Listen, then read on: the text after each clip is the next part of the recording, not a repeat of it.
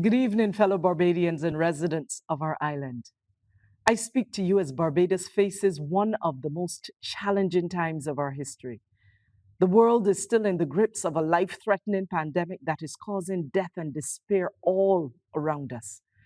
For us in Barbados, it came at a time when we were starting to recover from an economic crisis that the last administration had failed to adequately manage, seriously compromising our quality of life.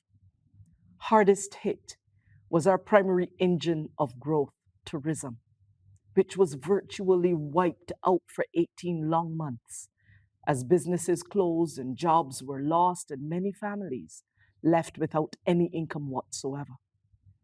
Fortunately, your newly elected government had immediately set about restructuring the massive debt left by the last Democratic Labour Party government.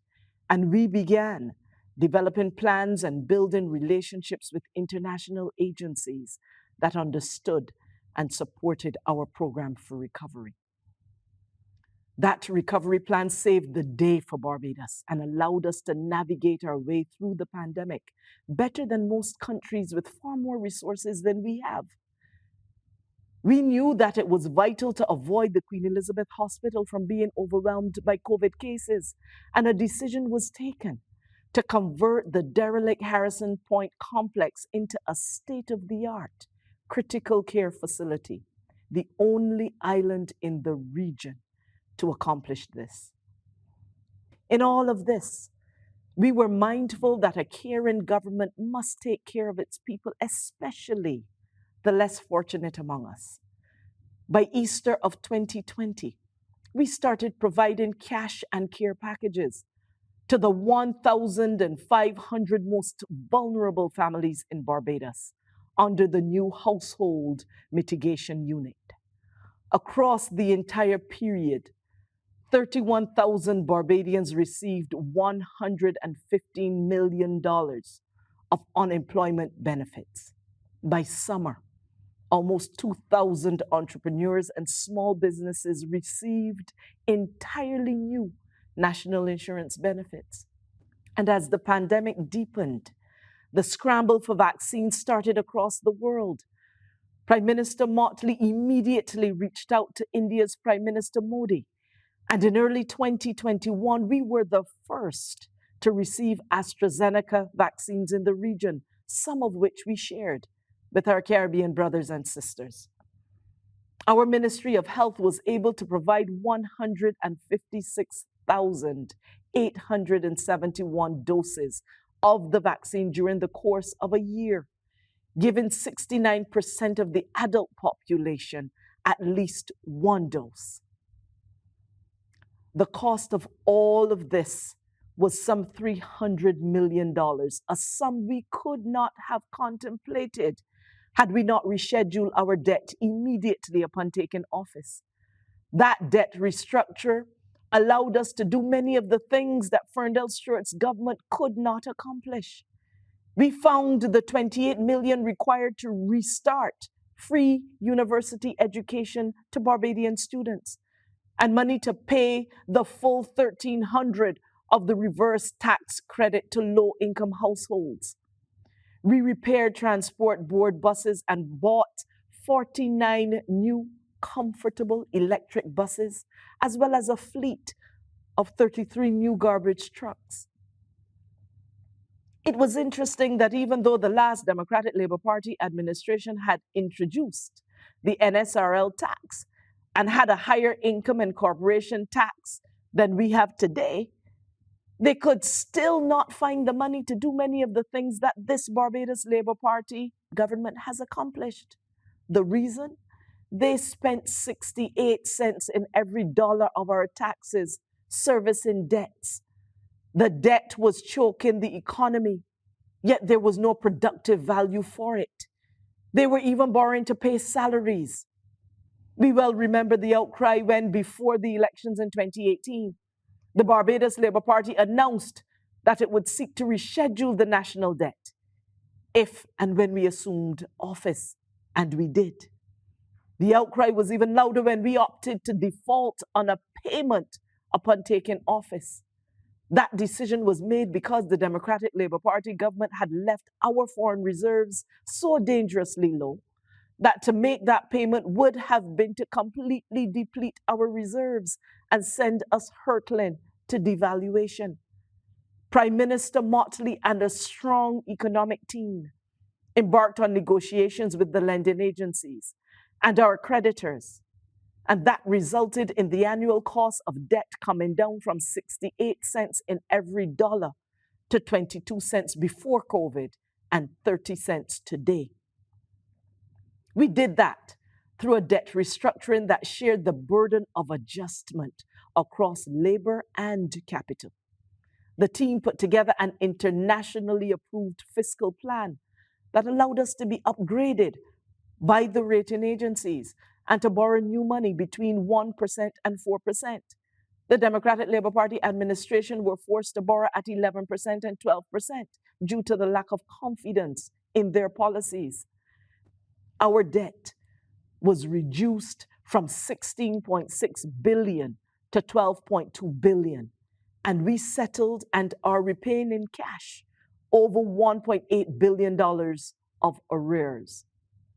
The Barbados Labour Party has always believed that to build a strong society, we need to have a strong economy. It takes cash to care. People need housing, roads need to be repaired, and social services delivered. We enjoy free education and benefit from free health care. It takes a strong economy to be able to deliver all of these amenities, maintain the country's infrastructure, and improve our quality of life. In order to provide the elderly a greater degree of economic security in a world of increasing uncertainty, we raised the non-contributory pension from $155 to $225 every 2 weeks and gave the first public workers pay rise in 9 years. We are also extending a helping hand to low-income earners by raising the minimum wage by 36% and extending it to all sectors. The first band of income tax has also been reduced from 16% to 12.5%.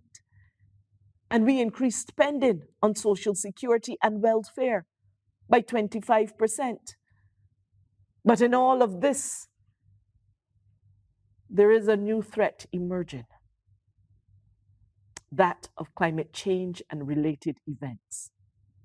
During the last year alone, Barbados has witnessed ashfall, a freak storm, and early hurricane and uncertain weather patterns.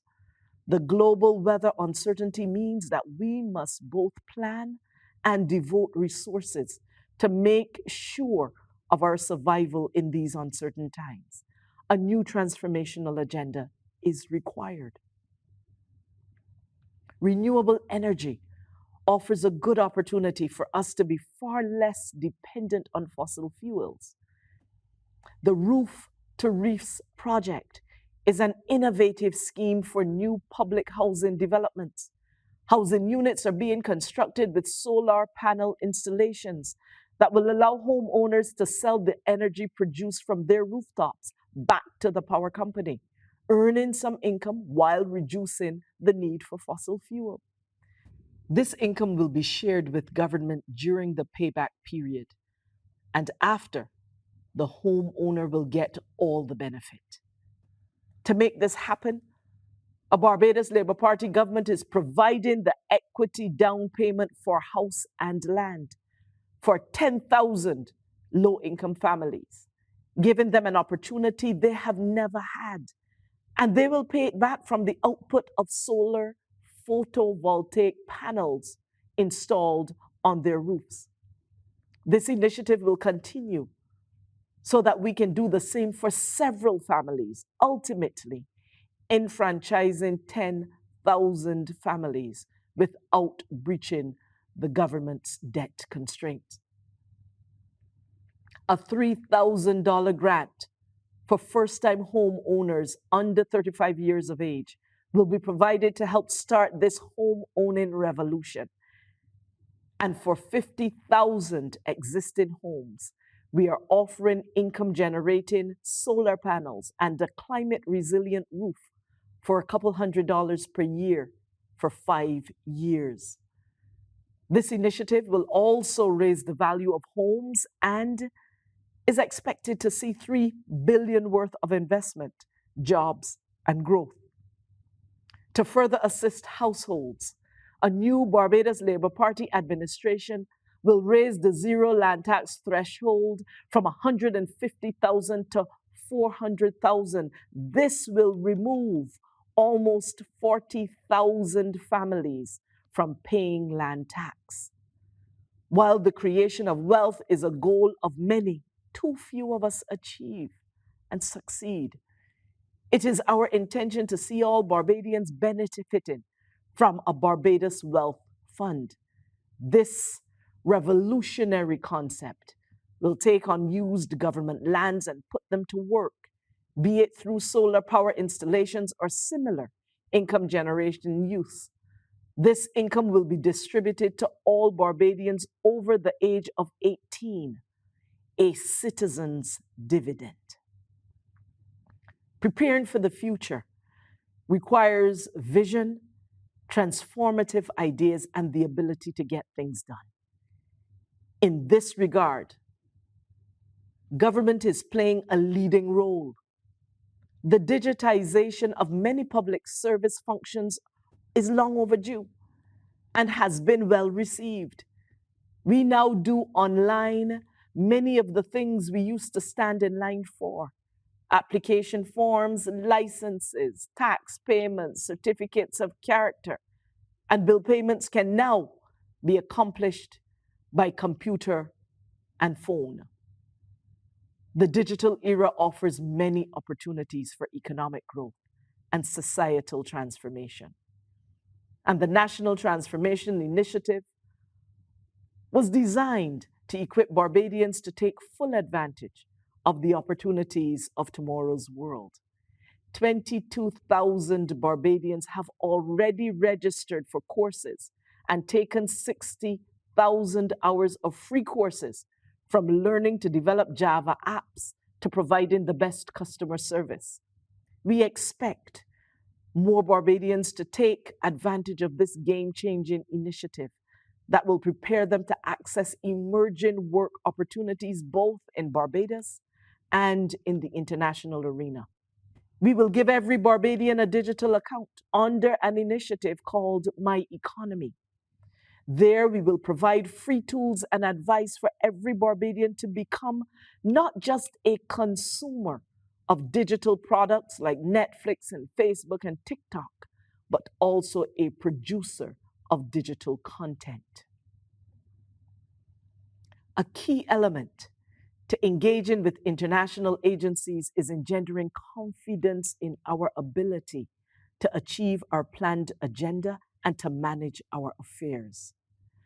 Barbados is now the world's largest issuer of government bonds with natural disaster clauses. When a major disaster comes, $1 billion of debt service will be suspended for 2 years, giving us the space to breathe, rescue, and recover.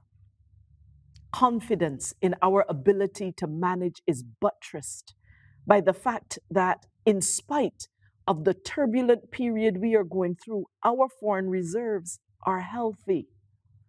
High foreign reserves mean that when hit by COVID and ashfall and ELSA or whatever will come next, we can focus on what needs to be done without cause for panic. Barbados is currently in safe hands. We have been battered and bruised along the way, but we have navigated well and are once again well regarded regionally and internationally. Our Prime Minister, Mia Amor Motley, has earned for us the respect of world leaders, and we need to build on that goodwill as we go forward to face an exciting future together. With the support of the people of Barbados, we are confident in our ability to deliver a better life for our people. We look forward to your support. I thank you, and good evening.